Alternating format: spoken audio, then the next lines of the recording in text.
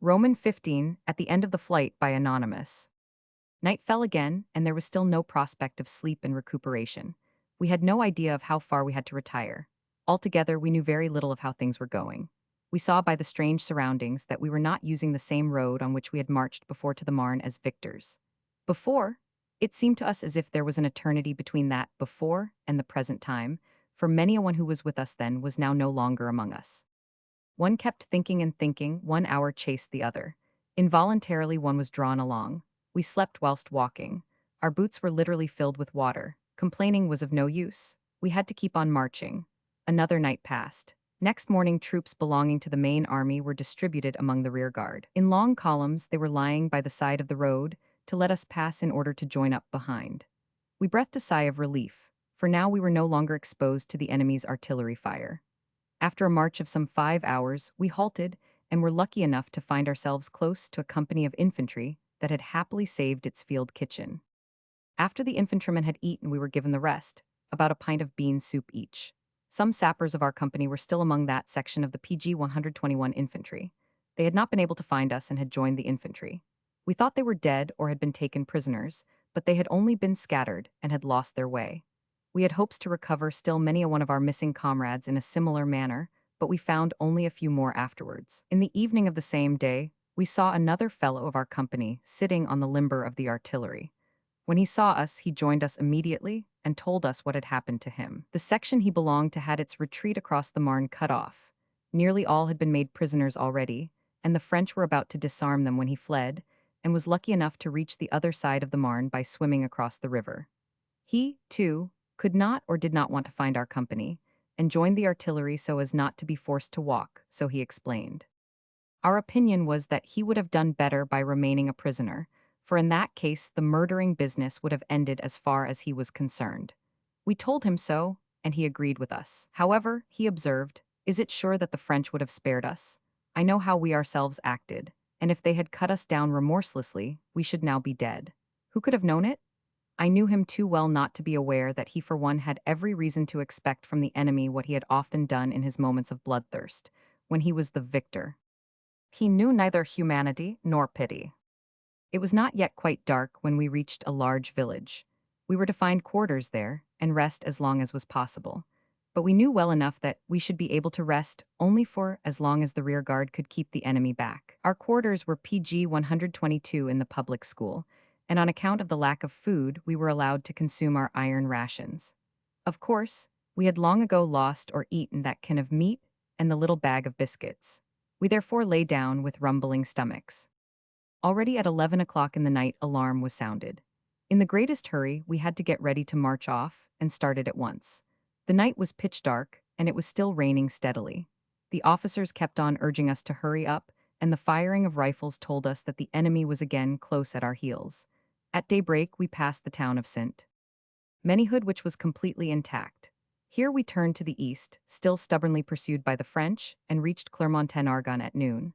Again we got some hours of rest, but in the evening we had to move on again all night long in a veritable forced march. We felt more tired from hour to hour, but there was no stopping. The rain had stopped when we left the road at 10 o'clock in the morning, and we were ordered to occupy positions. We breathed again freely, for that exhausting retreat lasting for days had reduced us to a condition that was no longer bearable. So we began to dig ourselves in. We had not half finished digging our trenches when a hail of artillery projectiles was poured on us. Fortunately, we lost but few men, but it was impossible to remain any longer, and we were immediately ordered to retreat. We marched on over country roads, and it was dark when we began to dig in again. We were in the neighborhood of Challerange, quite near the village of Cerny-en-Dormois. It was very dark, and a thick mist surrounded us. We soldiers had no knowledge of the whereabouts of the enemy.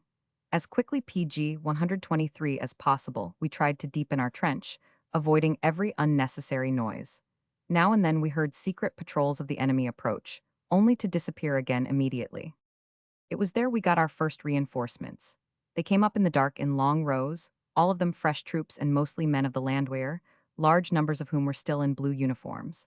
By their uniforms and equipment, one could see that the men had been equipped and sent off in great haste. They had not yet heard the whistle of a bullet, and were anxiously inquiring whether the place was dangerous. They brought up numerous machine guns, and in a jiffy we had prepared everything for the defense. We could not get to know where the French were supposed to be. The officers only told us to keep in our places. Our trench was thickly crowded with men and provided with numerous machine guns. We instructed the new arrivals in the way they would have to behave if an attack should be made, and told them to keep quite still and cool during the attack and aim accurately. They were mostly married men that had been dragged from their occupations and had been landed right in our midst without understanding clearly what was happening to them. They had no idea where, in what part of the country they were, and they overwhelmed us with all sorts of questions. They were not acquainted with the handling of the new 98 rifle. They were provided with a remodeled rifle of the 88 pattern for which our ammunition could be used. Though no shots were fired, the new ones anxiously avoided putting their heads above the edge of the trench. They provided us liberally with eatables and cigars. PG 124. It was getting light, and as yet we had not seen much of the enemy. Slowly the mist began to disappear, and now we observed the French occupying positions some 100 yards in front of us. They had made themselves new positions during the night exactly as we had done. Immediately firing became lively on both sides. Our opponent left his trench and attempted an attack, but our great mass of machine guns literally mowed down his ranks. An infernal firing had set in, and the attack was beaten off after only a few steps had been made by the opposing troops. The French renewed their attack again and again, and when at noon we had beaten back 8 assaults of that kind, hundreds upon hundreds of dead Frenchmen were covering the ground between our trenches and theirs. The enemy had come to the conclusion that it was impossible to break down our iron wall and stopped his attacks. At that time, we had no idea that this was to be the beginning of a murderous, exhausting war of position, the beginning of a slow, systematic, and useless slaughter. For months and months, we were to fight on in the same trench, without gaining or losing ground, sent forward again and again to murder like raving beasts and driven back again. Perhaps it was well that we did not know at that time that hundreds of thousands of men were to lose their lives in that senseless slaughter. The wounded men between the trenches had to perish miserably. Nobody dared help them as the opposing side kept up their fire. They perished slowly, quite slowly. Their cries died away after long hours, one after the other. One man after the other had lain down to sleep, never to awake again. Some we could hear for days. Night and day they begged and implored one to assist them, but nobody could help. Their cries PG 125 became softer and softer until at last they died away. All suffering had ceased. There was no possibility of burying the dead. They remained where they fell for weeks.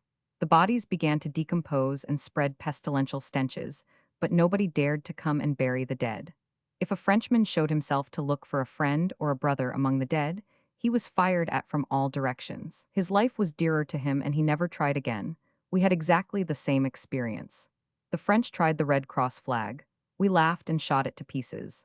The impulse to shoot down the enemy suppressed every feeling of humanity, and the Red Cross had lost its significance when raised by a Frenchman. Suspicion was nourished artificially, so that we thought the enemy was only abusing the flag, and that was why we wanted to shoot him and the flag to bits. But we ourselves took the French for barbarians because they paid us back in kind and prevented us from removing our own wounded men to safety. The dead remained where they were, and when 10 weeks later, we were sent to another part of the front, they were still there. We had been fortunate in beating back all attacks and had inflicted enormous losses upon the enemy without having ourselves lost many dead or wounded men. Under those circumstances, no further attack was to be expected for the time being. So we employed all our strength to fortify our position as strongly as possible. Half of the men remained in their places, and the other half made the trenches wider and deeper. But both sides maintained a continuous lively fire. The losses we suffered that day were not especially large, but most of the men who were hit were struck in the PG 126 head, for the rest of the body was protected by the trench. When darkness began to descend, the firing increased in violence. Though we could not see anything, we fired away blindly, because we thought the enemy would not attempt an attack in that case. We had no target and fired always in the direction of the enemy's trench. Throughout the night, ammunition and materials were brought up, and new troops kept arriving. Sandbags were brought in great quantities, filled and utilized as cover, as a protection from the bullets. The sappers were relieved towards morning. We had to assemble at a farm behind the firing line. The farmhouse had been completely preserved, and all the animals were still there, but that splendor was destined to disappear soon. Gradually, several hundreds of soldiers collected there. and then began a wild chase after ducks, geese, pigeons, etc. The feathered tribe, numbering more than 500 head, had been captured in a few hours, and everywhere cooking operations were in full swing. There were more than 80 cows and bullocks in a neighboring field. All of them were shot by the soldiers and worked into food by the field kitchens. In that place, everything was taken. Stores of hay and grain had been dragged away in a few hours. Even the straw sheds and outbuildings were broken up, the wood being used as fuel. In a few hours, that splendid farm had become a wreck, and its proprietor had been reduced to beggary. I had seen the owner that morning, but he had suddenly disappeared with his wife and children, and nobody knew whither. The farm was within reach of the artillery fire, and the farmer sought safety somewhere else. Not a soul cared where he had gone. PG 127. Rifle bullets aimed too high were continually flying about us, but nobody cared in the least though several soldiers had been hit. A man of our company, named Mertens, was sitting on the ground cleaning his rifle when he was shot through the neck. He died a few minutes after. We buried him in the garden of the farm, placed his helmet on his grave, and forgot all about him. Near the farm, a German howitzer battery was in position. The battery was heavily shelled by the enemy. Just then, a munition train consisting of 3 wagons came up to carry ammunition to the battery. We had amongst us a sergeant called Louis, from Frankfurt on the Main. One of his brothers, also a sergeant, was in the column that was passing by. That had aroused our interest, and we watched the column to see whether it should succeed in reaching the battery through the fire the enemy was keeping up. Everything seemed to go along all right when suddenly the sergeant, the brother of the sapper sergeant, was hit by a shell and torn to pieces, together with his horse. All that his own brother was watching. It was hard to tell what was passing through his mind. He was seen to quiver.